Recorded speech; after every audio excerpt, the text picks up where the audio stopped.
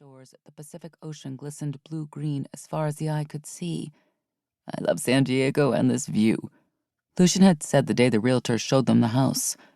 "I can see us here, Geneva. Can't you?" She moved to the window now, trying to make sense of why it was early afternoon. Why hadn't Lucian awakened her? It had to be late, given the angle of the sun. She shifted the puppy in her arms to glance down at her wrist, expecting to see the diamond watch her father had given her for her 21st birthday. Her wrist was bare except for a small red scratch. She stared at the scratch, her stomach roiling as her gaze flicked to her ring finger. Her beautiful diamond engagement ring was gone, along with her diamond-studded wedding ring. As she started to panic, she told herself that she might have taken both off last night for some reason. She looked around for her phone.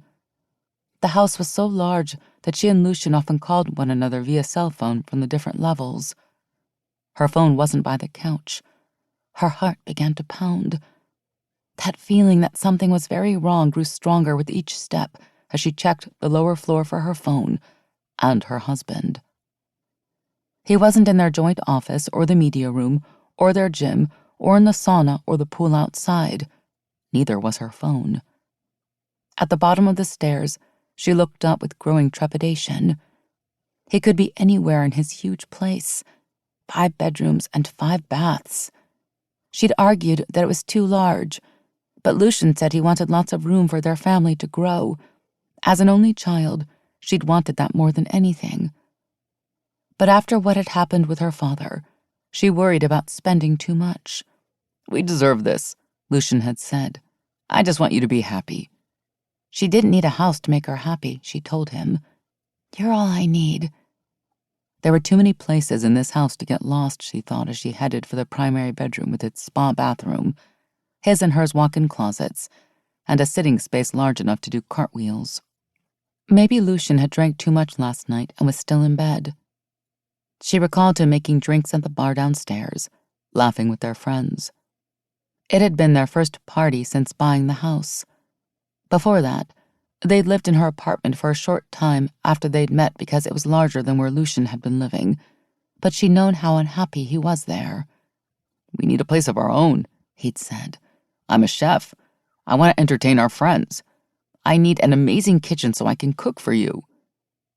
She thought of him last night when he'd handed her a margarita and whispered something about getting everyone to leave soon so that just the two of them could take the party upstairs. What had happened after that? The party downstairs could have gone on until the wee hours of morning, apparently without her. As she topped the stairs, she hoped to find her husband still snuggled in their California king-size bed. She pictured the puppy and her climbing into bed with him, but she feared that she wasn't going to find him in the bed, nor did she expect to find him on the grounds. As huge as the house and property with a view of the Pacific Ocean, she could feel his absence. Pushing open their bedroom door, her heart felt the sight of her negligee lying on the bed where she'd left it, the bed covers untouched. But there on her nightstand was her phone. She rushed to it. Lucian would have called, or sent her a text. He wouldn't have just left. She saw the time. It was even later than she'd thought, early afternoon. She scanned her phone. No calls, no text from Lucian. She tried his number. It went straight to voicemail. "Where are you? I'm worried. Please call me."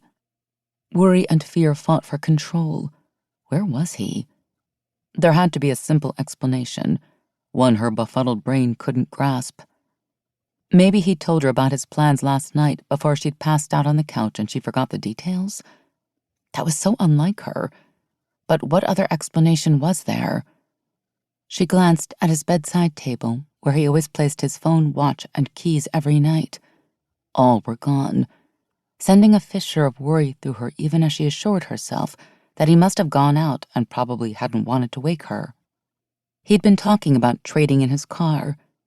He'd probably been up most of the night and decided to go out first thing this morning.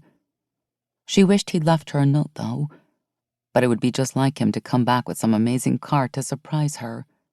She just hoped he didn't spend too much. She hurried down the stairs, holding tightly to her puppy as she